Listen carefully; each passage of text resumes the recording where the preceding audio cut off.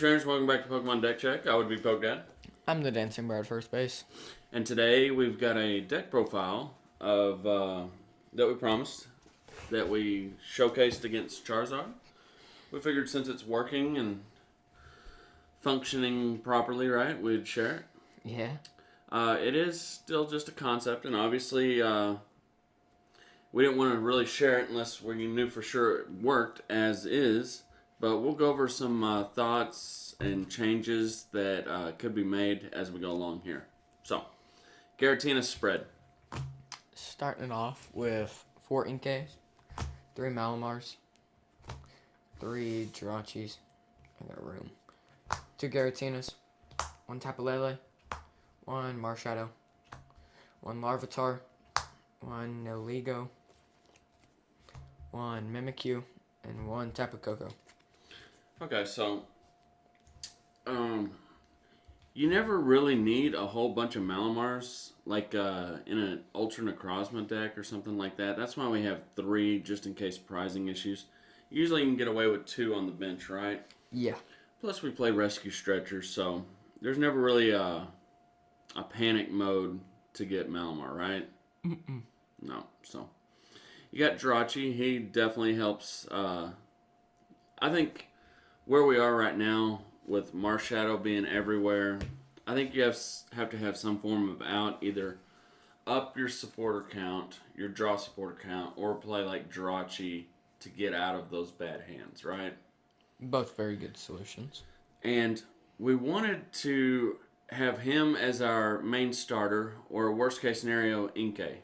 So we have 7 starter options, which Inkay having just a 1 retreat cost is fine. And, you know, we want Psychic Energy in the discard anyways. We just didn't want to play 3 Giratina and up the possibility of starting with it, right? Starting with Giratina is very bad. That is the worst case scenario, is starting Giratina. I think starting Tapu Lele is still better. Yeah, because it just has the 1 retreat cost. So,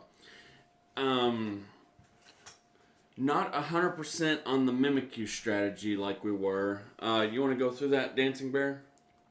If you're playing against Charizard, it's really only good in the very beginning of the game.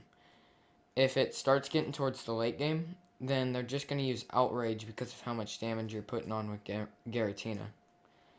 And they also can use their GX attack for a big one-hit KO, which Mimikyu can't copy.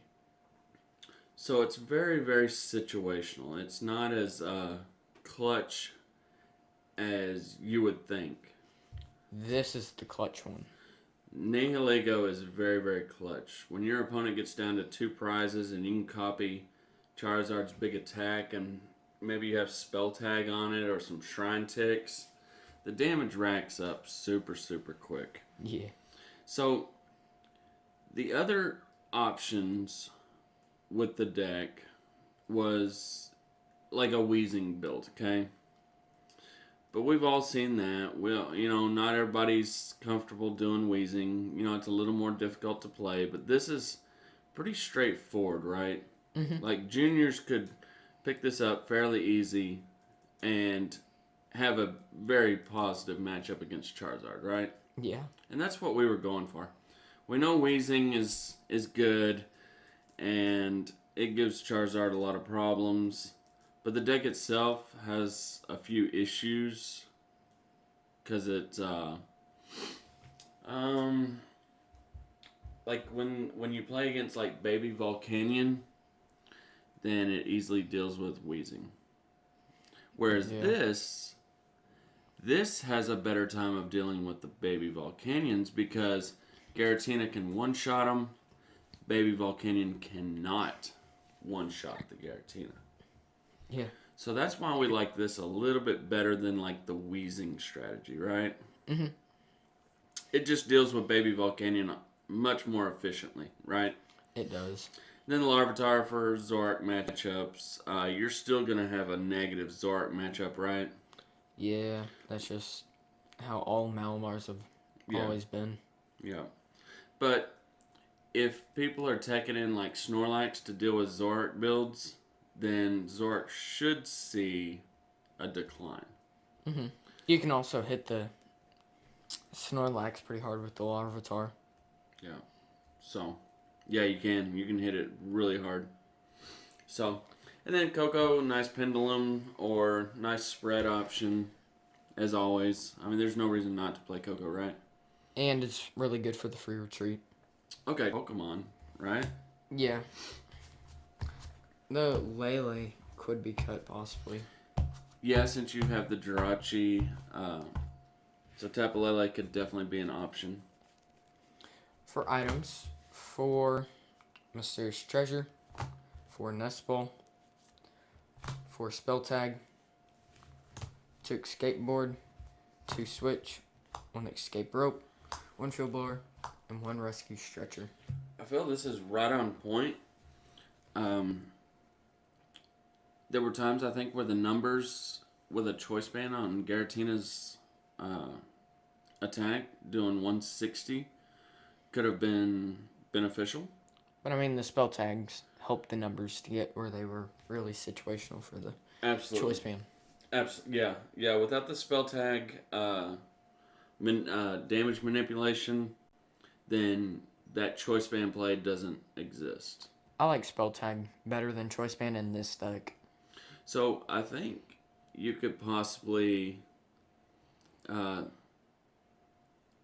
think you could cut maybe 1 switch and play Adventurer's Bag, and then you might could go down a Nest Ball, and then play like a tech of Choice Band.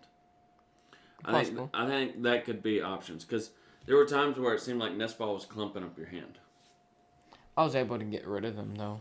So, it's an option. Like I said, this is just a concept, and we're just giving our ideas kind of going forward. I think that could be Adventurer's Bag and a Choice Band. Now, Adventurer's Bag gives you a lot of versatility to grab a skateboard, spell tag, or the Choice Band. Yeah. So it adds a level of versatility to the deck that it definitely could need, because right now this is just super consistent, streamlined. Big vanilla. So I think I really like that option going forward. What do you think about that? Those could be some pretty good changes. Adventure Bag and 1 Choice Band. So we'll just leave that down here. I think I'd rather have the 2 switch and then cut the escape rope. Okay, that's fine too.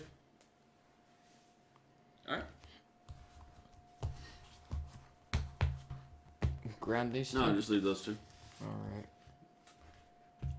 Then for the supporters, for Lily, 3 Cynthia, and 3 Guzma. I feel that's standard for most of these spread decks. Actually, most of them play 4 Cynthia. But with 3 Jirachis, 7 draws gets it done. Yeah. So, very basic. Were there any instances where you felt like maybe Sightseer or something like that let you discard and then draw your hand back up? No. I don't think so either. Then for stadiums, 3 Shrine of Punishment. 3's enough. You don't want 4. It gets clumped and awkward in your hand. 3's the perfect number on Shrine. In any Shrine deck, in our opinion. 4 is just kind of overkill. 10 Psychic Energy. 10 Psychic. I do sometimes get concerned that maybe we need 11. But you never had a problem finding energy, right? That's not too bad. So, I think that's the only 2 changes I would make. Maybe an Adventurer's Bag and then a tech of Choice Band. Yeah. So, that's it, folks. Hopefully you enjoyed. Test it out. It deals with Charizard pretty good, folks. We know Hitmonchan deals with Charizard pretty good.